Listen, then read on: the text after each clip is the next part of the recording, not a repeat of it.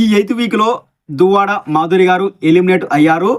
Elimination final రౌండ్లో గౌరవ్ మాధురి గారు ఉన్నారు.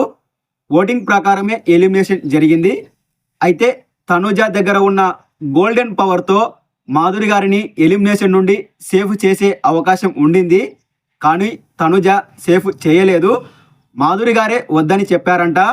మరి ఎందుకు మాధురి గారు అలా చెప్పారు అన్నది మనకు ఎపిసోడ్ చూస్తే క్లారిటీ వచ్చే అవకాశం ఉంది.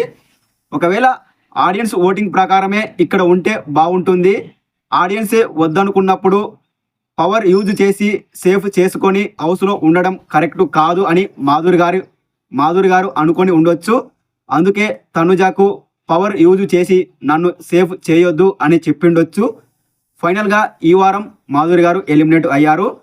మరి మీరు మాధురి గారి ఎలిమినేషన్ ఫెయిరా అన్ఫెయిరా ఏమనుకుంటున్నారో కామెంట్ చేయండి.